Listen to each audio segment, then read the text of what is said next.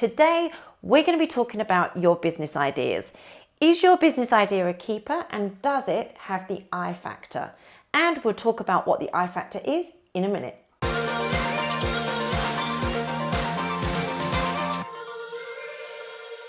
Welcome to the Creative Business TV show, where we help you make a success of your creative business. I'm so excited you're here with me. This is the very first episode of my brand new TV show here on YouTube, where we're going to be talking about anything and everything to do with running a creative business. Nothing is off limits. We're going to be talking about business ideas here today. Okay, so bear with me. I am definitely going somewhere with this one. You know, one of the things I get asked a lot, especially by students at the Academy, is how do I know whether or not my business idea is a good one?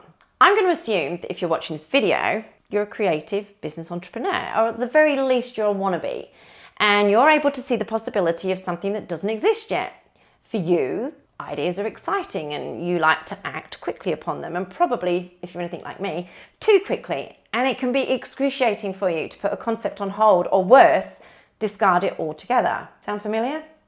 Well, it does to me. If you act on every idea you ever have, you're not going to get anywhere fast. Starting and running a company, seriously, it's hard work. It requires a laser focus, not to mention a huge amount of time, energy, and money. While ideas are wonderful, it's important that you invest your resources in the right one. And if you're like me, you have hundreds of new ideas every single week.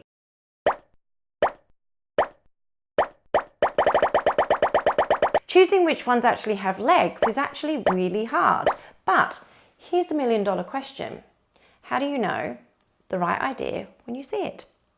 Well, I'm hearing you, because I've been there. I've jumped on an idea before thinking it through, or worse still, I've ignored my gut feeling, but we'll get to that in a minute. So we all know that our idea needs to solve a problem, and it needs to compel someone to pay for the value they receive. But beyond these basic requirements, a viable business idea needs a little bit of something more.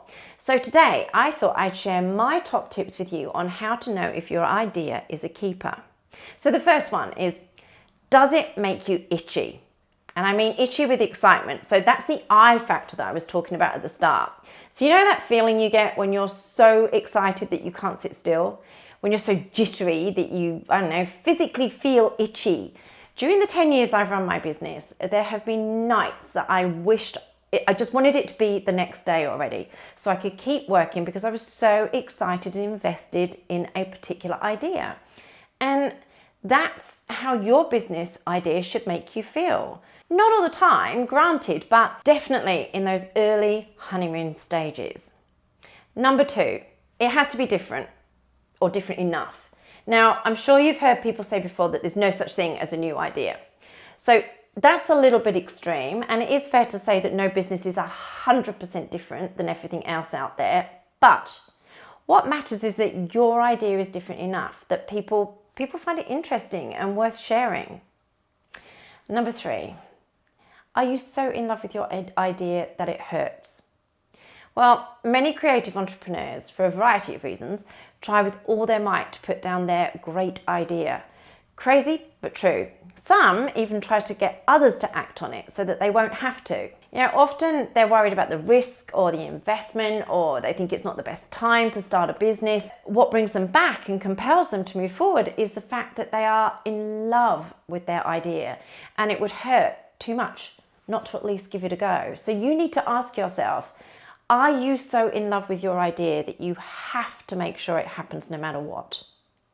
Number 4, would you, and this one's for the girls, would you give up your shoe collection for it? Okay, so not everyone has as many pairs of shoes as I do, but you get the gist. Would you be willing to give up something you love for this business idea? You know, all businesses require some level of sacrifice, and it might be fewer social events, it could be tightening up a budget, or the loss of corporate perks from your job. Some things got to give to make room for this enormous commitment that a business takes.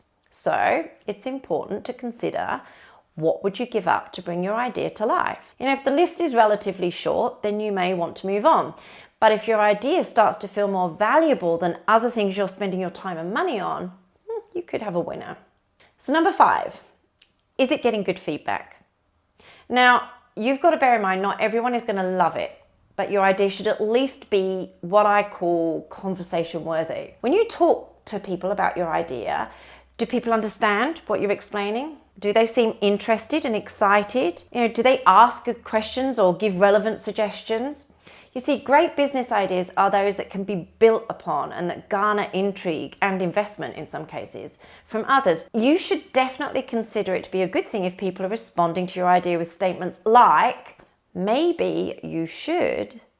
What if you, have you ever thought of doing this? These are all good things. If your business idea doesn't give you the I factor and it can't stand up to the other things that I've mentioned, then the chances are it might not be successful either financially or emotionally. So that's all I've got time for you today on the Creative Business TV show. But remember, if you enjoyed it, please like it and comment and subscribe. And if you want to be even more connected, come to kyliecarlson.co and get on the mailing list for lots of fabulous advice, ideas, tips, tricks that you can only get by subscribing. Thank you so much for listening, and I'll talk to you soon.